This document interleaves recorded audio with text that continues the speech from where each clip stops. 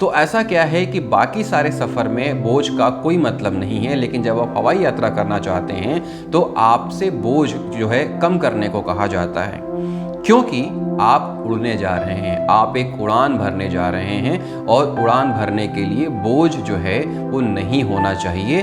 आपके भीतर या आपके बाहर का वजन बहुत हल्का होना चाहिए, तभी आप उड़ान भर सकते हैं।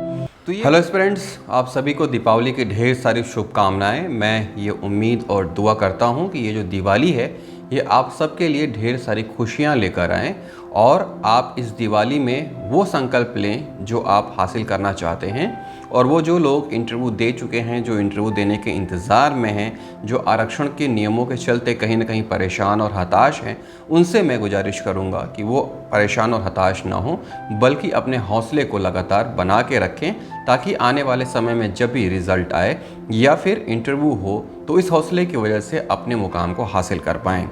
तो ये दिवाली आप सभी के लिए ढेर सारी खुशियां लेकर आएँ, ऐसी मैं कामना करता हूं और साथ ही आपसे उम्मीद भी करता हूं कि आप सभी अपने लक्ष्य की तरफ लगातार बढ़ते रहिए, अडिग रहिए, अपना हौसला मत खोइए और ये जो समय है इसको व्यर्थ मत करिए, क्योंकि समय कभी लौटकर वापस नहीं आएगा। और आप सभी अभी अपना कंटिन्यूटी और रूटीन बना के रखेंगे तो आने वाले समय में आपको परेशानी नहीं होगी।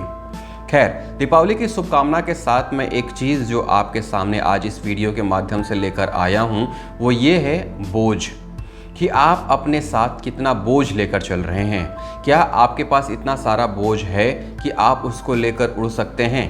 उड़ने का मतलब ये है कि जब भी आप किसी लक्ष्य को पाना चाहते हैं, लक्ष्य की तरफ आगे बढ़ते हैं, तो निश्चित तौर पर आप अपने हौसलों में उड़ान भरते हैं और उसी उड़ान के ज़रिए आप अपने लक्ष्य तक पहुंचते हैं। लेकिन उस उड़ान के पहले अगर आपने अपने ऊपर ढेर सारा बोझ लाद रखा है तो यकीन मानिए इस बोझ के साथ आपकी जो उड़ान है वो बहुत मुश्किल हो जाएगी और आपका यही बोझ आपकी उड़ान को बाधित करेगा और आप अपने लक्ष्य तक पहुँचने से पहले कहीं ना कहीं भटक जाएंगे। अब बात ये आ रही है कि आखिरकार बोझ क्या है। इस बोझ को हम अलग अलग रूप से परिभाषित कर सकते हैं। सबसे पहले तो आपका मन का बोझ, होगा कि नहीं होगा, नहीं होगा तो क्या होगा, इतने साल की मेहनत के बाद अगर मैं सेलेक्ट नहीं हो पाया तो मैं क्या करूँगा, इसके बाद मेरे लिए क्या बचा रह जाएगा, इस तरह की बातों का बोझ। जब आपने ये ठान ही लिया है कि आपको आगे बढ़ना है, ये लक्ष्य हासिल करना है, तो फिर नकारात्मक चीज़ों का मन में प्रवेश करने देना ही क्यों। और सही सी बात है कि बहुत सारे लोगों का सिलेक्शन नहीं भी होता है, लेकिन इसका मतलब ये नहीं कि वो जीवन में असफल होते हैं। वो बहुत सारे लोग ऐसे हैं जो इस परीक्षा के माध्यम से ऐसी चीज़ों का सामना करना सीख लेते हैं कि वो जीवन में एक सफल इंसान तो बन ही जाते हैं, भले ही वो अधिकारी न बन पाए तो क्या हुआ। ठीक इसी तरह से आप भी अपने मन में नेगेटिविटी का बोझ मत लाने दीजिए, जरा से भी आने मत दीजिए, और आप इसको बिल्कुल भी भूल कर सिर्फ और सिर्फ सकारात्मक ऊर्जा को अपने साथ लेकर आगे बढ़िए। ये मन का बोझ जब आपके अंदर नहीं रहेगा तो आप अपने आप को हल्का महसूस करेंगे और आप अपने लक्ष्य के प्रति हमेशा सकारात्मक रहेंगे। एक और तरह का बोझ कि क्या कहेंगे लोग। कहते हैं ना, सबसे बड़ा रोग क्या कहेंगे लोग, क्योंकि जब आप पढ़ना शुरू करते हैं तो आपके अंकल आंटी, आपके मौसा मौसी, आपके सारे रिश्तेदार, आपके सारे दोस्त आपके ऊपर लगातार ये प्रेशर डालते रहते हैं कि कैसा जा रहा है एग्ज़ाम, कैसी चल रही है पढ़ाई। जब भी मिलते हैं सिर्फ एक ही बात पूछते हैं, कैसी चल रही है पढ़ाई। जबकि आप चाहते हैं कि इस टॉपिक पर कोई बातचीत ही ना हो, आप अपने पढ़ाई के प्रेशर से बाहर निकलकर अपने दोस्तों और रिश्तेदारों से मिलना चाहते हैं, अपने इस मूवमेंट को लाइट करके थोड़ा सा एंजॉय करना चाहते हैं, लेकिन वो आपसे सबसे पहला ही सवाल ये पूछ देते हैं कि कैसी चल रही है पढ़ाई, किस तरह से गया पिछला एग्ज़ाम, और एक बार फिर आप उस प्रेशर में दबते चले जाते हैं।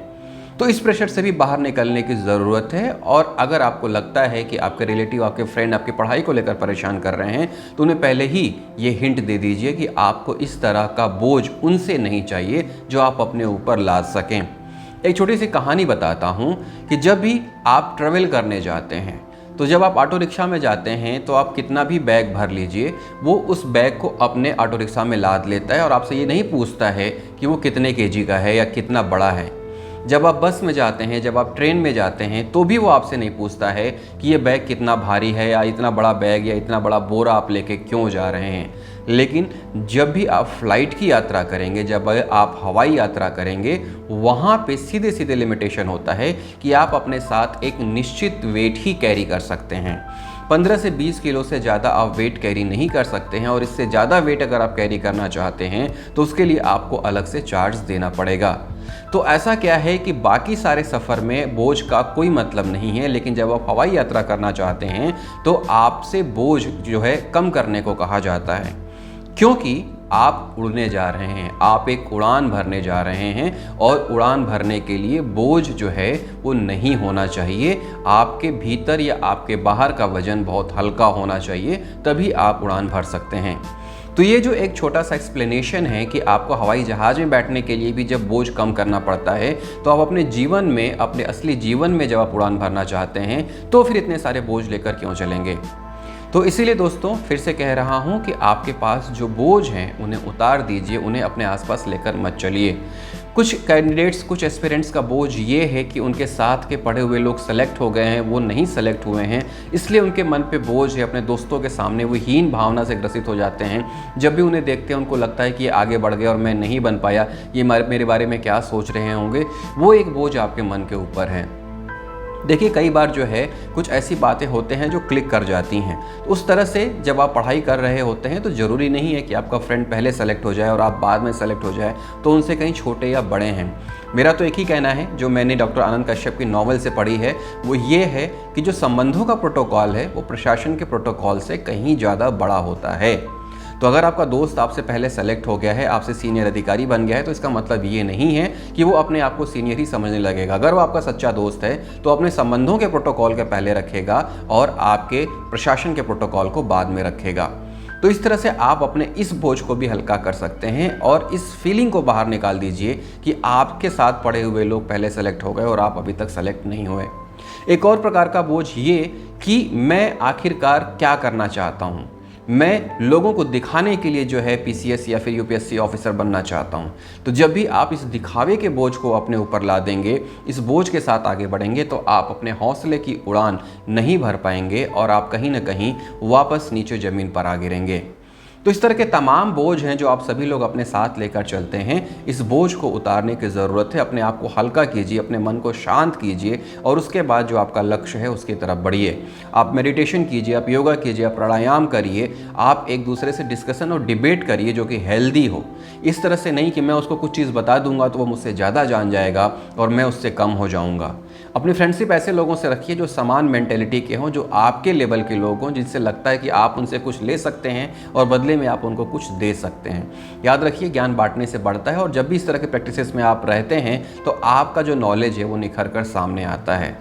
तो इन तरह की कुछ बातें हैं जो आपको याद रखने की ज़रूरत है और ख़ास तौर पे ये दीपावली का मौका है तो मुझे लगा इस तरह की एक बात आपसे कहनी चाहिए कि आप इस दीपावली पर अपने सारे मन के बोझ को उतार दीजिए, अपने शरीर को हल्का कर लीजिए, अपने मन को हल्का कर लीजिए और अपने हौसले की वो उड़ान उड़िए जो आपके मंजिल तक आपको पहुँचाने में बाधक न बने बल्कि उसमें सहायक बने। तो इस तरह की सहायक चीज़ों को अपने साथ लेकर चलिए, कैलकुलेट करिए कि क्या करना है क्या नहीं करना है। फिलहाल फेस्टिवल्स का मौसम है, छुट्टियां हैं, आप चाहें तो पढ़ाई से थोड़ा सा ब्रेक ले सकते हैं और इस ब्रेक में मंथन कर सकते हैं, चिंतन कर सकते हैं कि आखिरकार आपको करना क्या है, किस तरह से आपको आगे बढ़ना है। तो मेरी तरफ से एक बार फिर आप सभी को दीपावली की ढेर सारी शुभकामनाएं। आप ये दीपावली सुरक्षित तरीके से मनाइए, बढ़िया से मनाइए, अपने परिवार के साथ मनाइए और अपने लक्ष्य को अपने मन में रखिए। जब भी आप दीप प्रज्वलित करें दीपावली का तो उस दीप की रोशनी में थोड़ी देर पढ़ाई ज़रूर करें। ऐसी पुरानी मान्यताएं हैं कि जब आप दीपावली के दीप की रोशनी में पढ़ाई करते हो तो वो दीपावली के दीप की रोशनी में जो किताब का ज्ञान है वो आपके मस्तिष्क में बहुत भीतर गहरे तक बैठता है। तो इस तरह की बातों के साथ आप आगे बढ़िए। उम्मीद करता हूँ कि आपके ऊपर जो बोझ लदा हुआ है या जो आपने लाद रखा है वो आप उतार फेंकेंगे और हल्के होकर एक ऐसी उड़ान भरेंगे जो आपको कहीं ना कहीं उस जगह पर लेकर जाएगी जहाँ आप जाना चाहते हैं। एक बार फिर मिलूंगा कुछ इसी तरह के वीडियो के साथ। जय हिंद।